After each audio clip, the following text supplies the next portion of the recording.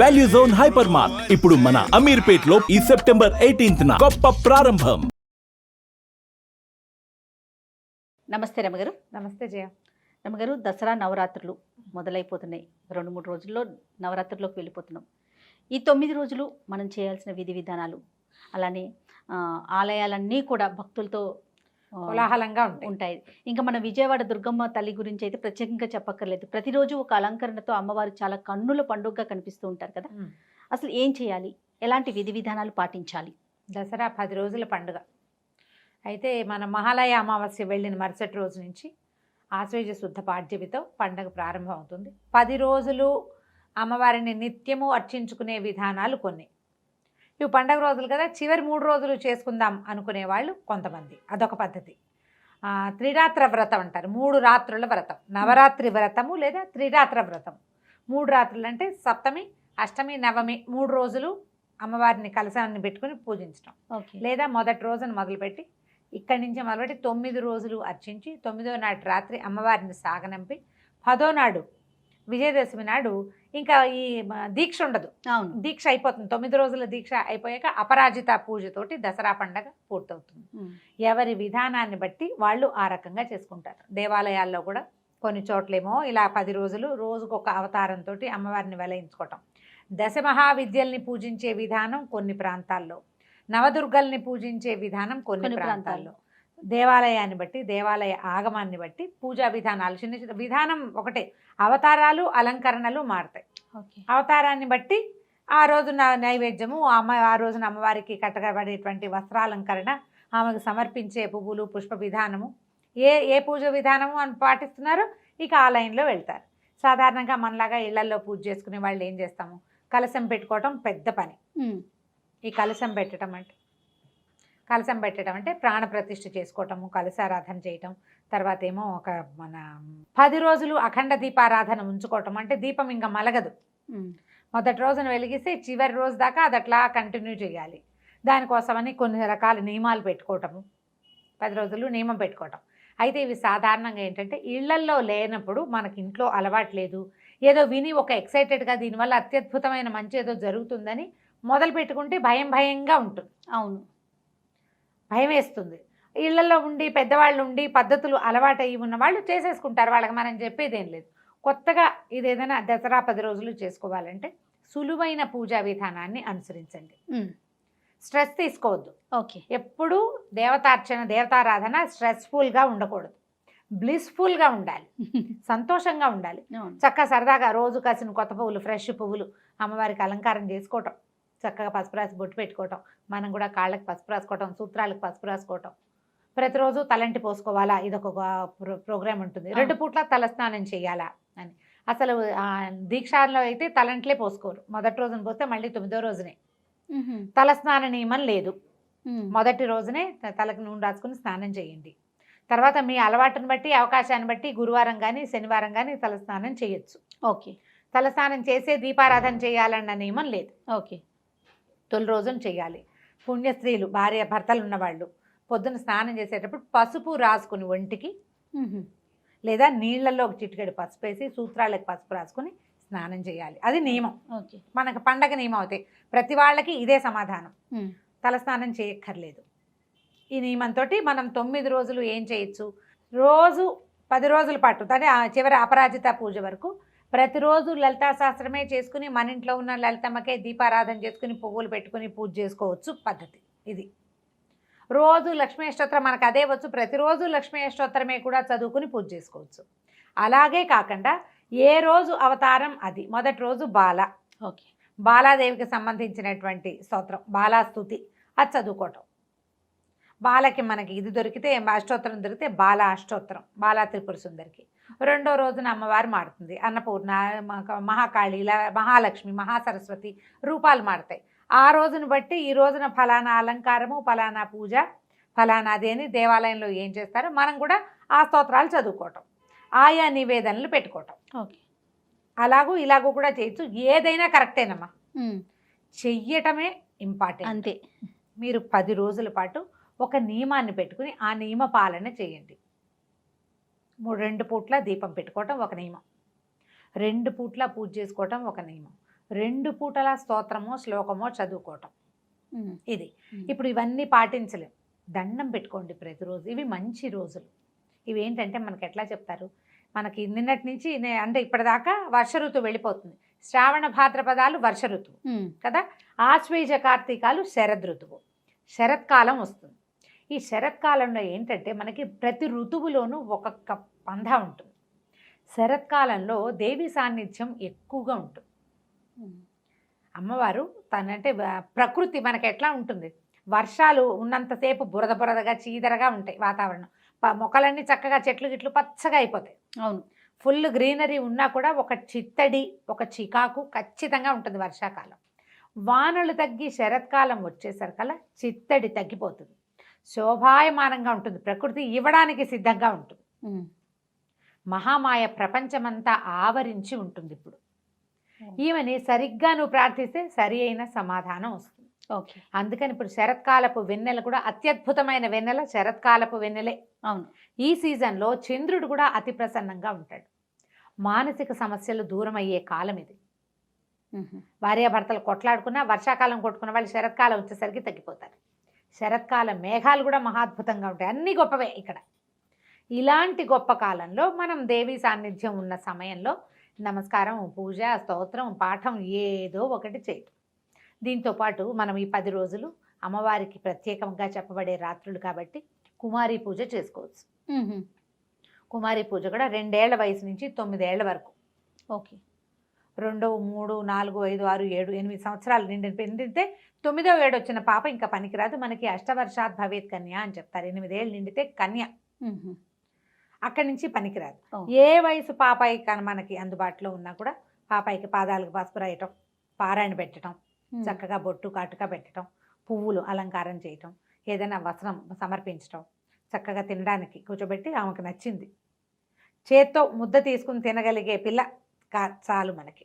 ఉమ్. ఏ వయసు పాపకైనా కుమారి పూజ అని చేసుకోవచ్చు. ఇది మొదటి రోజే చేయక్కర్లా. 1వ రోజు నుంచి 9వ రోజు వరకు ఏ అవకాశం ఉంటే ఆ అవకాశం చేసుకోండి. ఓకే. దీనికి ఏంటంటే నియమం మన ఇంట్లో పిల్లలు కూడా చేస్తారు. సొంత పిల్లలు కాకుండా కుల నియమం లేదు. ఓహో. వీళ్ళే కావాలన్న నియమం లేదు. నియమం లేకుండా ఎవరికైనా సరే బాలాస్వరూపంలో అమ్మవారు అత్యంత ప్రసన్నంగా ఉంటుంది. అట్లా మనం కుమారి పూజ చేసుకోవచ్చు. తర్వాత సువాసిని పూజ. ఈమెకు చాలా ప్రీతి. మనకి ఆ లలితలో కనిపిస్తుంది సువాసిన్యర్చన ప్రీత అని. శోభన శుద్ధ మానస, అమ్మవారికి చాలా ఇష్టం సువాసిని పూజ. అందుకని మనం ఏం చేస్తాం, మన ఇంటికి ఎవరైనా ముత్తైదు వస్తే బొట్టు పెడతాం. అవును. అమ్మవారినిగా భావించే సువాసిని కూడా ఇట్లాగే పాదాలకు పసుపు రాయటము, షోడశోపచారాలతో సువాసిని పూజ చేసే విధానం కూడా ఉంది. అంత పెద్ద ఎత్తున అందరూ చేయలేకపోతారు. అలవాట్లేదు. ఏదో తప్పు చేసాము, సరిగ్గా చేయకపోతే అదేదో చేయలేదు కాబట్టి ఇదేదో అయ్యిందనిపించి భయం వేస్తుంది. అవునవును. ఆ కంగారు ఏం పడదు. చక్కగా కాళ్ళకి పసుపు రాయటం, మన ఇంటికి ఎవరు వస్తే వాళ్ళకి బొట్టు పెట్టడం, గంధం రాయటం, చక్కగా పువ్వులు తలలో పెట్టుకునేందుకు పువ్వులు ఇవ్వటమో, మనమే పువ్వులు ముడవటము, గాజులు, ఓ రవికలు బట్టో లేకపోతే చీరో, అలంకరణ వస్తువులు ఇవ్వడం కూడా ఈ సీజన్లో మనం చేయొచ్చు. సుమంగళి పూజ ఓకే. లేదా సువాసిని పూజ. ఓకే. రోజుకొకళ్ళకి చొప్పున ముత్తైదుకి మనం తాంబూలం ఇచ్చుకోవటం కూడా ఒక నియమంగా పెట్టుకుని చేసుకోవచ్చు. ఉమ్. మీరు ఏది పెట్టుకున్నా ఓకేనే. ప్రతిరోజు కొన్ని పువ్వులు వాయనం ఇవ్వటం, ప్రతిరోజు పళ్ళు వాయనం ఇవ్వటం, ప్రతిరోజు ఏదైనా ప్రసాదం చేసి ఎవరికైనా ఇవ్వటం, అట్లా ఏ నియమమైనా పెట్టుకోవచ్చు. నియమం పెట్టుకోవాలి. నియమం పెట్టుకోవాలి. ఈ 10 రోజులు ఆ నియమాన్ని అమ్మవారి కోసం అని భావించి చేస్తే మీకు ఏంటంటే కాంప్లికేషన్స్ లేవు ఇందులో. అవును. అవును కదా. రకరకాల ప్రశ్నలు ఇస్తారు. కొన్ని క్వశ్చన్స్ వచ్చినాయి అన్నారు కదా రమ్మగారు. నేను కూడా ఒకటి చూసానండి. ఏంటంటే నియమం పెట్టుకుంటాం కదా, మధ్యలో పీరియడ్స్ వచ్చినాయి అనుకోండి, ఎట్లా కంటిన్యూ చేయాలా, మధ్యలో ఆపేయాలా, లేకపోతే మన బదులు ఇంకెవరితో అయినా చేయించాలా, ఇట్లా రకరకాల ప్రశ్నలు రమ్మగారు. ఇప్పుడు మన ఇంట్లోనే అయితే ఎవరు లేరనుకో, ఏం చేస్తాం? దండం పెట్టుకుని ఊరుకోవటమే. ఓకే. స్నానం చేశాక రోజులు మిగిలితే ఆ తర్వాత రోజు చేసుకోవటం. 5వ రోజు రెండోసారి, 4th డే ఒక స్నానం, 5వ రోజు మారు స్నానం అంటారు, మారు నీళ్లు. 5వ రోజున పసుపు రాసుకుని తల స్నానం చేయండి, షాంపూ చేసేసేయండి, తల శుభ్రంగా వదిలించేసుకోండి. ఆ విప్పిన బట్టలు అవి ఇంకా ముట్టుకోబోకండి. అప్పుడు మీరు చేసుకోవచ్చు ఈ నియమం పెట్టుకోదలిస్తే. మళ్ళీ అంటే పూర్వశివాసినులు భర్త లేని వాళ్ళు చేసుకోవచ్చు. లక్షణంగా పూజ చేసుకోవచ్చమ్మా. ప్రతిసారి అసలు ఈ ప్రశ్న అడగద్దు, హాయిగా చేసుకోవచ్చు. మీరు అమ్మవారికి చదువుకోవడానికి ఎవరు అడ్డం వస్తారు? ఎవరు కాదంటారు? ఏ శాస్త్రం చెప్పింది చేయకూడదని? ఒక్క సాధారణ నియమం మనం పాటించేది ఏమిటి? మనకు లోక సహజంగా, నేను చెప్పడం కాదు, సహజంగా పాటించేది. ఎవరికైనా బొట్టు కాటుక మీరు పెట్టకూడదు, బొట్టు పెట్టి ఇవ్వకూడదు అన్న మాట చెప్తారు. మీ ఇంట్లో నుంచి మీరు ప్రసాదాలు గిసాదాలు అన్నీ శుభ్రంగా చేసుకుని ఇవ్వచ్చమ్మా, ఏ తప్పు లేదు. హాయిగా చదువుకోండి, అమ్మవారికి పూజ చేసుకోండి. పువ్వులు పెట్టి పూజించడానికి అభ్యంతరం ఏముంటుంది? ఏమీ అభ్యంతరం లేదు. దాని మీద ఇంకా ఆలోచించకండి, ప్రశ్నించకండి. ఒకళ్ళు చేస్తే రెండో వాళ్ళు మీరు ఇలా చేయకూడదు కదా, అలాంటి పిచ్చి మాటలు మాట్లాడబోకండి.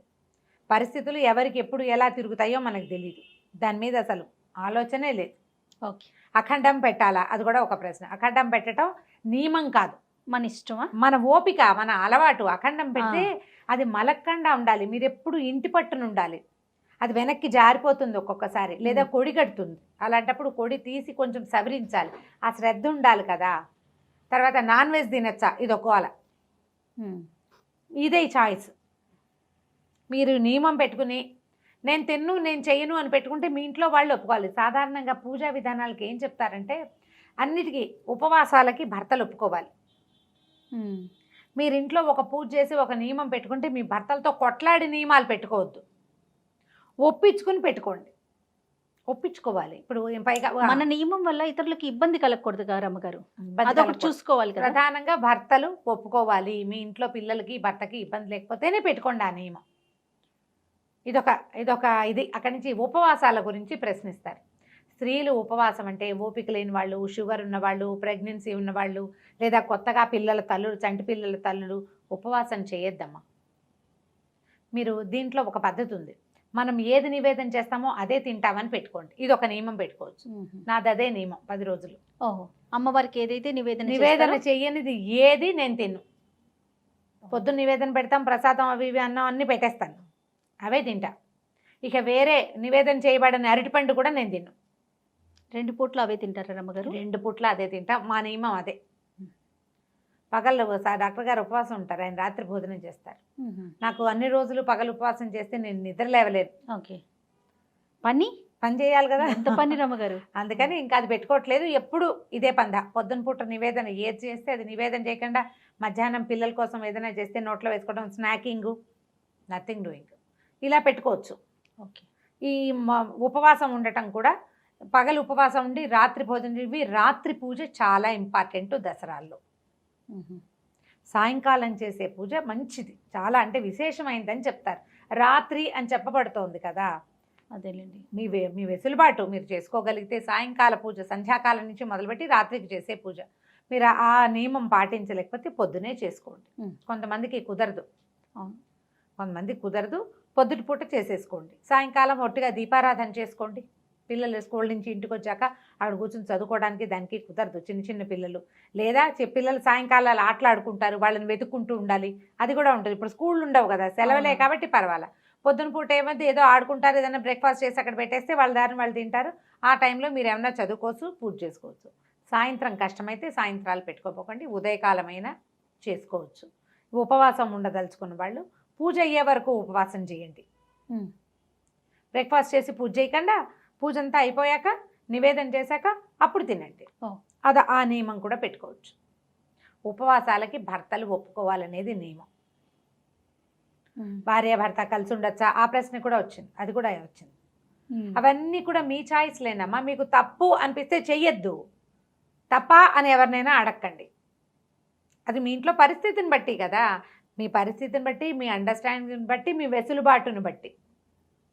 మర్నాడు పొద్దున పసుపు రాసుకుని స్నానం చేయండి అని చెప్పాను కదా క్లియర్గా. కాబట్టి ఇక దాని మీద ప్రశ్నలు వేయకండి, ఎవరిని అడగద్దు. నన్ను కాదమ్మా, ఎవరిని అడగద్దు. మీకు అదేదో బ్లెండర్ మిస్టేక్ అని అనిపించింది అనుకో, చేయకండి, చేయొద్దు. చేయాల్సి వచ్చింది, దండం పెట్టుకోండి దేవుడికి. ఏం చేయను, నా పరిస్థితి ఇది, నా పరిస్థితి కూడా నువ్వే కల్పించావు. అయినా అన్ని బాగానే ఉన్నా మీ ఇష్టారాజ్యంగా చేయమని చెప్పటం లేదు. తప్పనిసరి అయితే చేయండి, ఏం పర్వాలేదు. పొద్దున్న స్నానం చేస్తే సరిపోతుంది. పసుపు రాసుకుని స్నానం చేయండి, సువాసనకి పసుపు రాసుకుని స్నానం చేయటమే చెప్తారు పెద్దవాళ్ళు. యథావిధిగా పూజ చేసుకోండి. నేను పూజ చేస్తాను, మా ఆయన దండం కూడా పెట్టాడండి, ఏం చేయాలి? మానేమనండి. ఇన్ని ప్రశ్నలు పంపించారు నాకు అసలు నాకే ఓ 50 ప్రశ్నలు వచ్చినాయి. అదే ఇదా అదని ఇంకా నేను అన్ని చెప్పలా, ఇంకేవో మిస్ కొట్టి ఇచ్చేసి ఉంటా, కొన్ని ఇంకా వస్తాయి క్వశ్చన్స్. దీపం ఎలా పెట్టాలి, 2 పూట పొద్దున పెట్టిన దీపం సాయంత్రం దాకా ఉండాలా అని.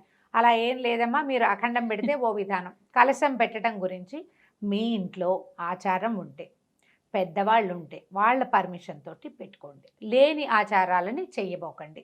ఎందుకంటే స్వధర్మ నిధనం ఎప్పుడూ మంచిది. మీ ఇంట్లో ఏం చేస్తారో అది చేసుకోండి. మీకు సార్ చేసుకోవాలని ఉంటే పెద్ద పెద్దవి చేయబోకండి. నేను చెప్పినట్టు సింపుల్గా ఏదైనా చక్కగా చదువుకోండి రోజుకొకటి. అయితే చాలా సందేహాలు, ధర్మ సందేహాలు చాలా ఉన్నాయి రమ్మగారు. ఈ నవరాత్రులకు సంబంధించి మనం ప్రతిరోజు కూడా అమ్మవారికి సంబంధించి ఆ రోజు అలంకరణ, ఆ రోజు పూజా విధానం, మనం పాటించాల్సిన విధి విధానాలు ఇవన్నీ కూడా మనం ప్రేక్షకులకి అందిద్దాం రమ్మగారు. ప్రతిరోజు 10 డేస్. రేపొద్దున అమ్మవారికి ఎలాంటి వస్త్రం సమర్పించాలి, ఏ అమ్మవారిని పూజించాలి, అవును, ఏ ప్రసాదం పెట్టుకోవచ్చు, అది కూడానమ్మా నేను చెప్తున్నాను. మనకు దుర్గగుడిని ఫాలో అవుతాం మనం. విజయవాడలో ఉన్న కనకదుర్గాదేవి ఇంద్రకీలాద్రి మీద ఉంది. అమ్మవారి దేవాలయంలో ఏం చేస్తారో అది చెప్తాం. అట్లనే అయితే దాంతో పాటుగా అక్కడ ఏం చేశారో అది చేయకపోతే కొంప మునిగిపోతుందని మాత్రం అనుకోవద్దు. అవకాశం ఉన్నంత వరకు చేయండి. లేకపోతే రోజు ఒకటే చదువుకోవచ్చు, అంతే. రోజు ఒక నైవేద్యమే పెట్టచ్చు. అవన్నీ విశేషాలు చేయలేరు. మీరు వండుకున్న అన్నం, పప్పు, నెయ్యేసి, బెల్లం వేసి నైవేద్యం చేయండి, అది కూడా పనికొస్తుంది. అబ్బే మేము చేయలేము, పాలు పళ్ళు పెట్టండి, అది కూడా పనికొస్తుంది.